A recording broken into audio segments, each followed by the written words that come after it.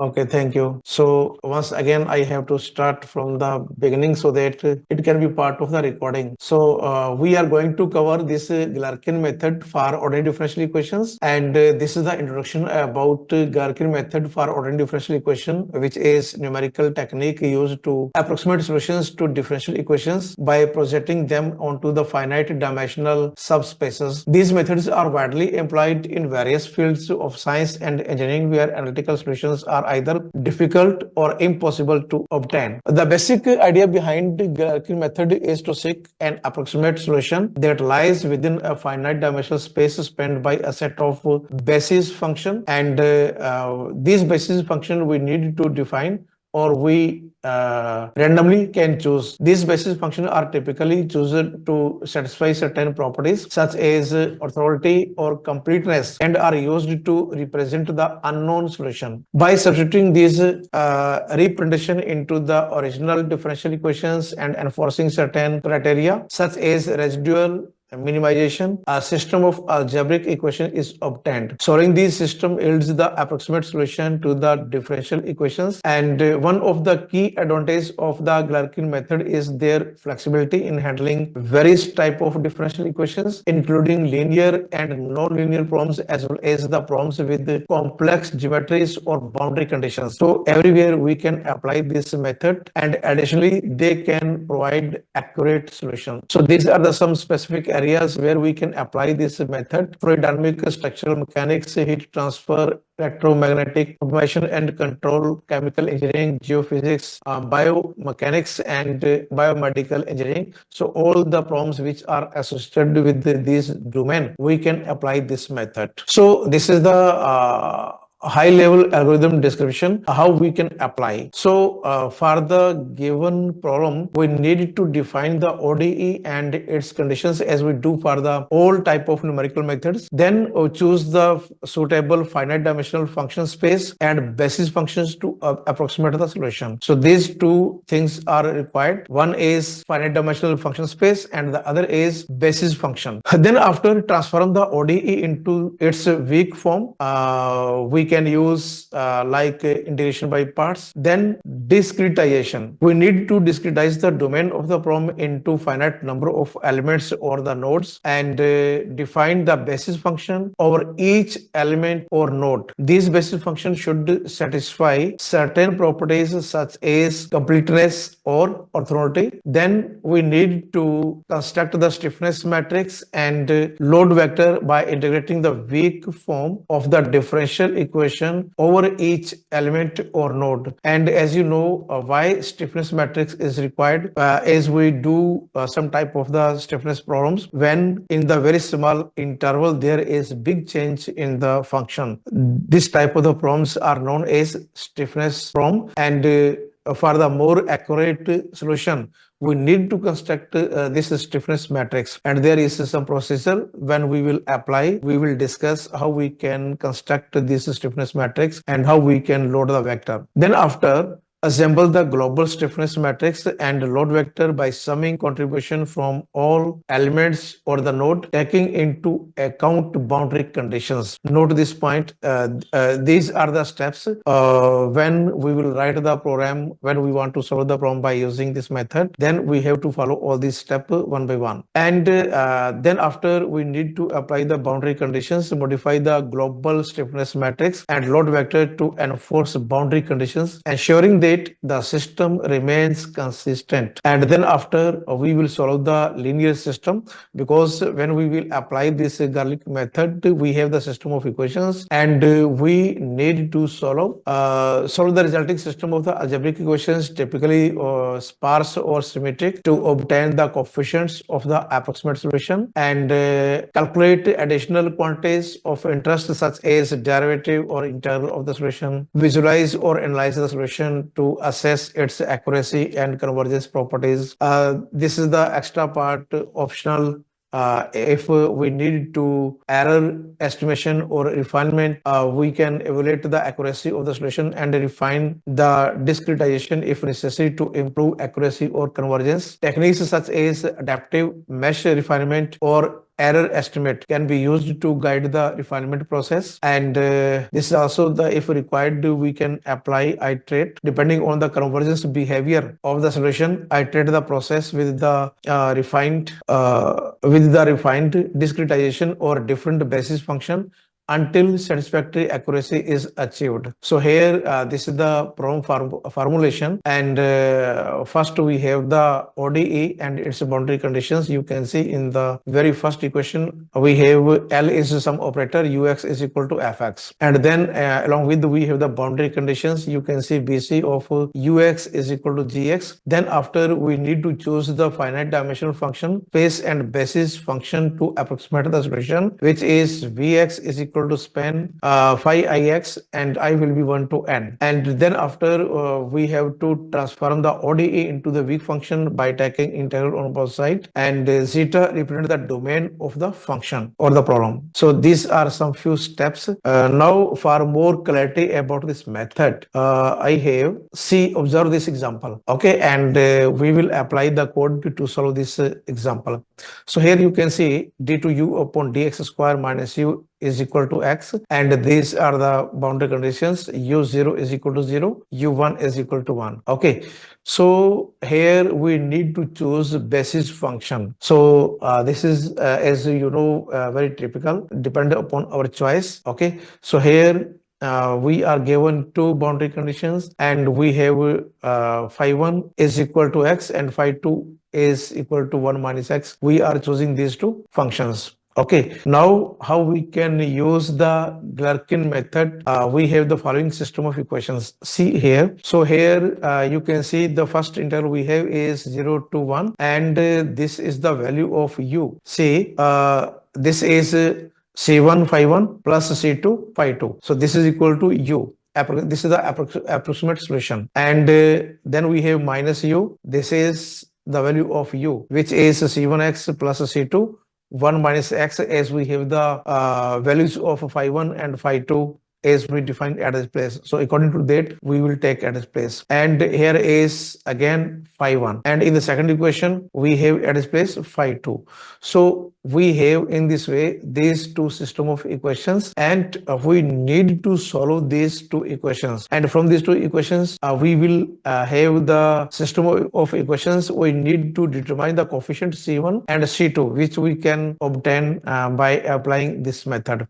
So after getting the values of C1 and C2, we will have u, and u will be equal to this one. So this is the value of u. At this place, we will put the values of C1 and C2 after getting the value, and we have the required approximate solution. Okay, now the same example we want to implement by using Matlab code. Okay, and the algos which we discussed in the presentation, the same will be used here. Okay, so yes, Sahid, yes, you can open your mic. How did you choose your basis function? Pardon?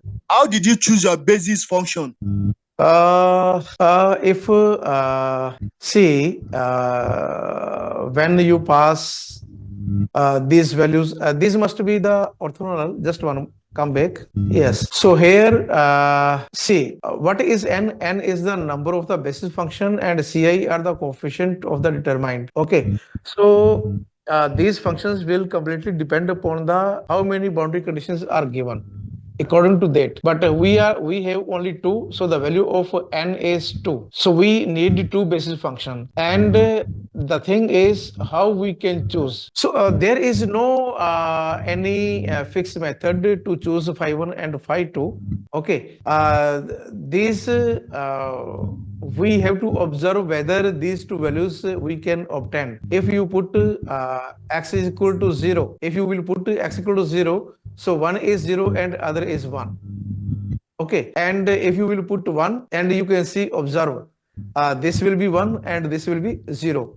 So the orthogonality condition must be satisfied or completeness. So according to these conditions, you can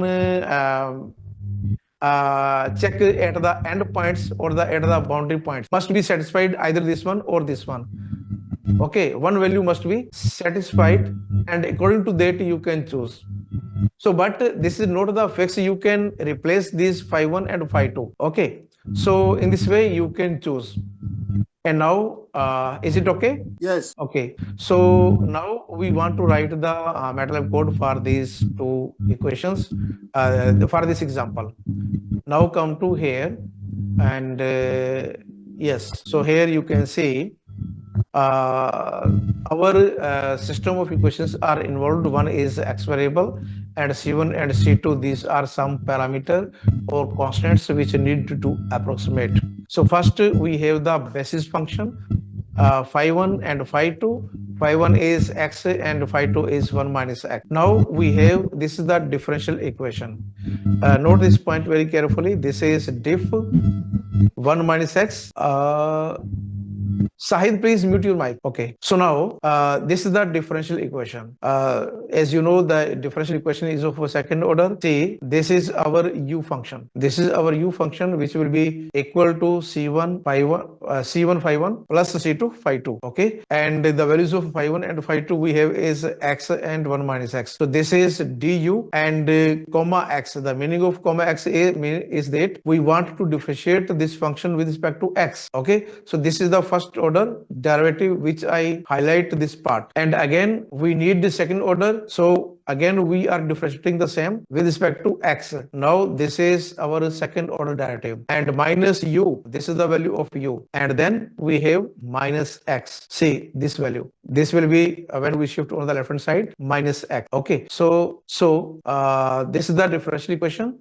And after that, we define two integrands of the system of equations. So this is the first integrand, because this is the first equation. As you know, we have two equations. See here, this is the first one and this is the second one. So here we have two equations. This is the integrand one. What you will do, ODE product phi 1 x, and second is integrand ODE phi 2 1 minus x. Okay, these are the two system of equations. And after that, we need to compute these integrals. Okay, so to integrate, we have to take the limit from 0 to 1. So this is the integration 1, and we want to integrate with respect to x. Lower limit is 0 and upper limit is 1 and will be equal to 0. Okay, similarly, this is the second equation. So at this place, we are computing the integrals, and ultimately we have two equations or two system of equations. Okay, in our system of equation, we have two equations, and from these two equations, we have to eliminate C1 and C2, or we want to solve, sorry, we need to solve the equations for C1 and C2. So here we want to find out the solution, and for that we have to use solve function. This solve function will solve the equation number 1 and equation number 2. And note this is the system of equation, but we want to solve this system of equation for C1 and C2. Okay, so in this way, you can solve the system of equations. If you have three equations, then at this place you will insert third equation, comma equation 3, and then we will have third also one more constant, and that will be introduced at this place after C2 by using comma. So here, this is the procedure to solve the system of equations. And after that, we need to display the values of C1 and C2. Okay, so here when you will solve this equations, to display we will use C1 solution dot C1, and C2 solution dot C2. You know why we are using this one? See, once I want to run this code and check in the command window.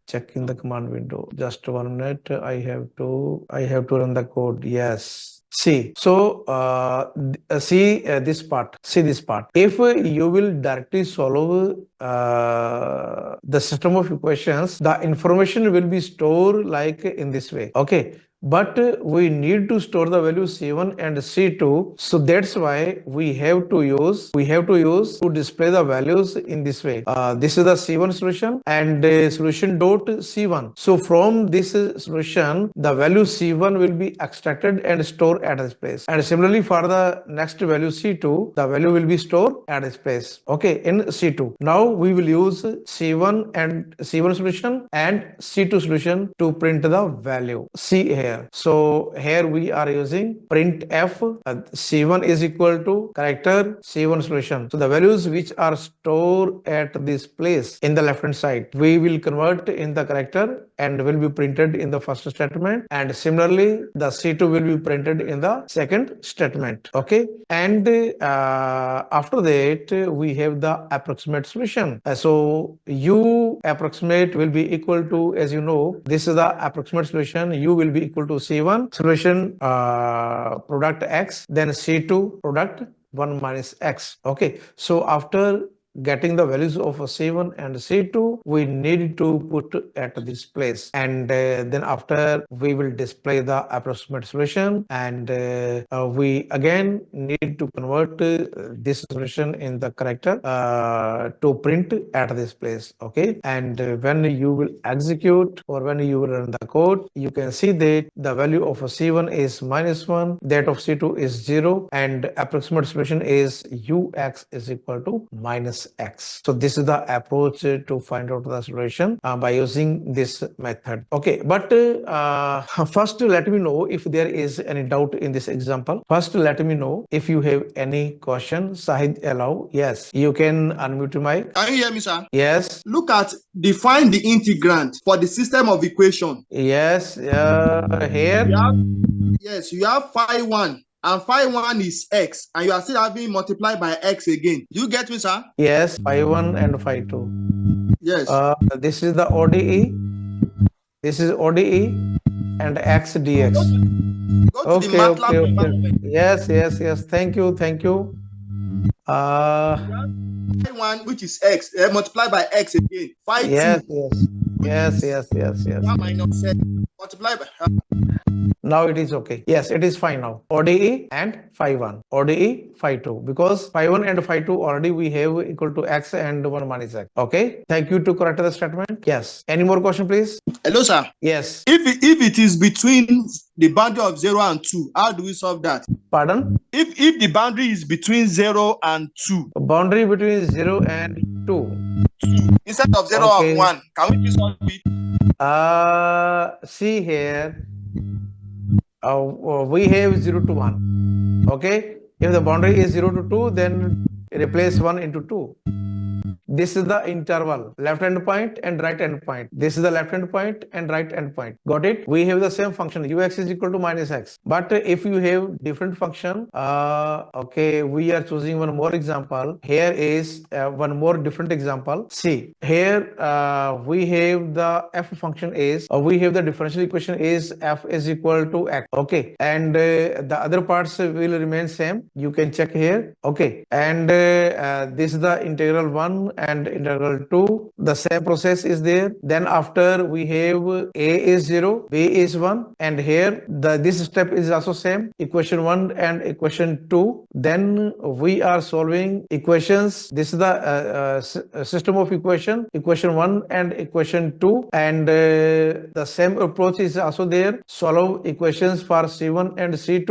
This is the different way to use the equations or system of equations, and here display the value of C1 and C2. Then U is equal to C1 solution phi 1 and C2 solution phi 2, where phi 1 is x and phi 2 is 1 minus x, and here this will display the solution. So this is the different way to write the code, but the problem is same. And we have one more example where when we have the stiffness in the equation. See here, we are using to solve the boundary value problem using Galerkin method with Matlab. So these are the steps which we already discussed, and we will follow all these. Okay, but the thing is we are given minus u double dash x is equal to fx, and x lies between 0 to 1. With the boundary condition you can see, u0 is equal to u1 is equal to 0, and fx is some given function. So fx we can choose according to our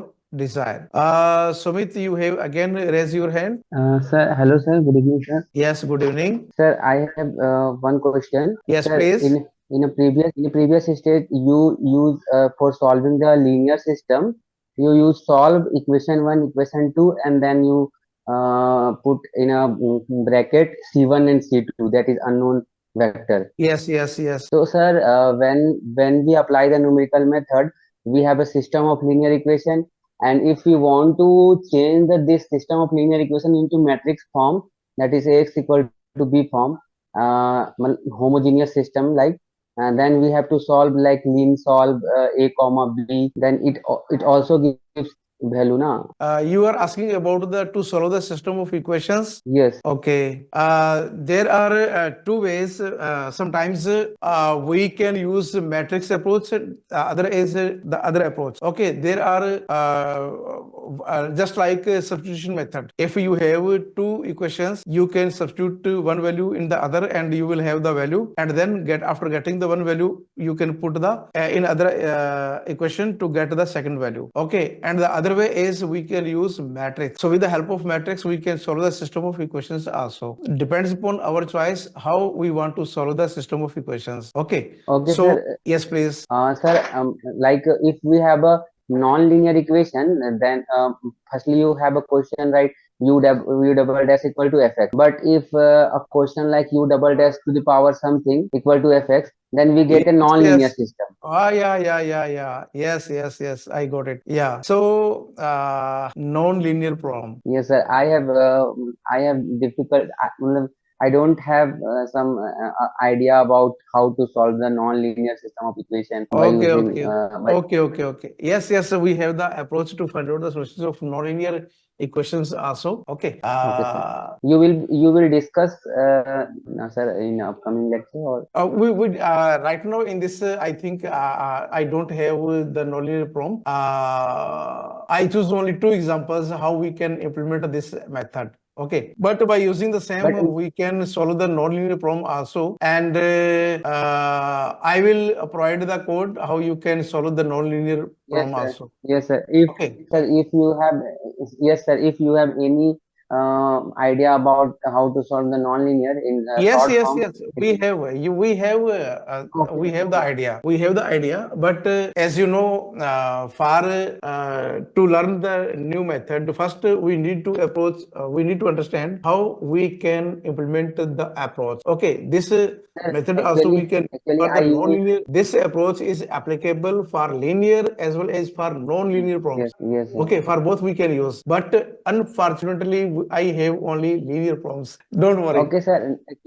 Actually, I use this method, but Ah, when I was solved the non-linear system, so it get some difficulties to solve. How to, matlab, I don't have any proper method to how to solve the in a short form, like don't worry. you write Don't like equation one. yeah, yeah. Don't worry. Don't worry. I will provide you. I Okay, will sir. provide you. Thank you, sir. Yeah, don't worry. So here, the approach is I have to come back, discretize, and just 1 minute. We need to check. Yes, for linear and so these were the approach. Okay. So here is assembly construct the stiffness matrix and load vector. See this point in this high level algorithm description. Step number 3, construct the stiffness matrix and load vector by integrating the weak form of the differential equation over each element, and then assemble the global stiffness matrix and load vector by summing contribution from all elements or node. Okay, now we have to apply this assembly. Okay, now come here in the Matlab. Yes. So here we have the left boundary A equal to 0 and B is equal to 1. And the number of elements we are choosing here is 10. Okay, for this interval. And minus u double dash second order derivative of u is equal to minus fx, and these are the given boundary conditions. And h will be equal to, see here, this is the element size, h is equal to b minus a upon number of element. Now we have to define the source term function. Here the fx we have is 1. We are choosing fx is equal to 1. So this will be differential equation will be equal to f is equal to minus 1. Okay, u double dash or second order derivative will be equal to minus fx, And if the value of fx is 1, then we have this differential equation. Okay, and then after we need to choose phi 1 and phi 2. Okay, so these are the basis function 1 minus x upon h and x upon h for piecewise linears, and initialize the global stiffness matrix. So this is important to understand. Now we need to initialize the global stiffness matrix and load vector. Okay, so this is the global stiffness matrix, and second is the load vector. Okay, so if you need to check for the stiffness matrix, you can follow this example. This is the only for the stiffness matrix, how we can create the stiffness matrix and what is required. So if you have these are the young modules, and A is equal to, we have the cross section area. Okay, we need to define the elements L1 and L2. Then we need to define the nodal force. Suppose F is equal to, we have, this is the applied force at the node 2 in this way. Now we need to define the element stiffness matrix. Here is K1 and K2. K1 is the element 1 stiffness matrix, and K2 is the second stiffness matrix. Okay, 1, -1, and -1, 1. Note these points. So when you will apply the stiffness, this will be the matrix having the element like in the first row, the element will be 1, -1, and in the second we have -1, 1. So this is the first row, and this is the second row. So this value will be multiplied with this matrix. So this is the stiffness matrix. Okay, and this is the second stiffness matrix corresponding to these two elements. Then after we need to assemble global stiffness. Okay, so for the assemble, we have K global, which is 3 by 3. We need to initialize the global stiffness. Okay, so in the first we have add the element 1 stiffness to the global. Okay, so here is 1, 2 and 1, 2, first and second element, and K1 will be added, which is computed at a space. Okay, this will be the square matrix of 2 by 2 order. Okay, and K1 which was computed at a place will be added here. Similarly, for the next we have K global 2, 3, 2, 3. Okay, so this is also the 2 by 2 order matrix for second element corresponding to second. Okay, so here K2 will be added in this matrix. Now assemble the load vector. So F global is the load vector. This is zeros 3 by 1. First we need to initialize, and to add the first node at the point 2. What we do? F global 2 plus F2, and F2 is, what is F2? Force applied to node 2. So this is the first node and this is the second node. So that will be added to get the F global 2. Okay, now we need to display the values. So this is the K global and this is the F global. So this is the both will be published in the command window. You can check these values. So this will appear like in this way. Yes, so this is the global stiffness corresponding to the input, and this is the global load vector 0 and 1, 0, 0, 0 and 0. Okay, so in this way we can establish this stiffness matrix. Now the same approach will be applied in our example. Come here. So first we need to initialize the global stiffness matrix and load vector. So here K will be zeros n element plus 1 and n element plus 1, and F zeros will be n element plus 1 and 1. So these are the this is the global stiffness, and the second one is load vector. Now we need to assemble the global stiffness matrix and load vector. See here very carefully, K will be equal to, for the defined local stiffness matrix and load vector, we have Ke will be equal to 1 upon h, -1 upon h, -1 upon h, and 1 upon h. Okay, h is computed here. H is computed at its place. Okay, and the matrix we have is, see, this is the same matrix. In the first row we have 1 -1 and then -1 and 1, but the matrix is applied by with multiplied with the element which is 1 upon h. So that's why we have, this is the local stiffness matrix, and in the same way we need to get the value of load vector Fe. This is the first one, Fa plus I minus 1 H, and this is the second FA plus IH. Okay, for left and for the right. After that, we need to add contribution to the global stiffness, and the approach is same. Check it, K I plus 1 I plus 1, I2 I plus 1, and this is the K I2 I plus 1 and I2 I plus 1, and KE, the value which we compute at its place. This matrix will be of 2 by 2 order. This will be 2 by 2 order. In each case, the order will be remain same, and this will be added to contribute to the global stiffness. And similarly, we have the global load vector which will be added at this place, I2 I plus 1 plus FA. So this is the example of the global stiffness and load vector. Now we will apply the boundary conditions. Okay, so this is the when we have 0 and 1, both the, see here, come back, yes. So at the left boundary and right boundary, both the values are 0. The values are 0. So for each index, this will be equal to 0, and K11. F1 is also 0 when we will apply the boundary condition. K1 is 0 and K11. F1. Where is F1? So when we will apply the boundary condition, this is the K. This value is 0 and K11. This is 1 and this is 0. So this is the left endpoint, and this is the left endpoint, and this is the right endpoint, 0 and 1. Okay, and why F1 is 0? Okay, the thing is when how you can establish these equations. Yeah, so as when we use the finite difference, we have the system of equations. When we will simplify these by the iteration, we have the system of equations, and by taking the coefficient, we have these values. Okay, as we do in the finite difference, and we have the system of equations, and we need to check the coefficients, and from after applying the boundary conditions, then we will have these equations. Okay, and this will return us the tridiagonal matrix. These will be the elements of the tridiagonal, but directly we are not able to get these values. You need to expand these equations, only then we will have the values after applying the boundary conditions. This system of equations will be established, and this will be, we have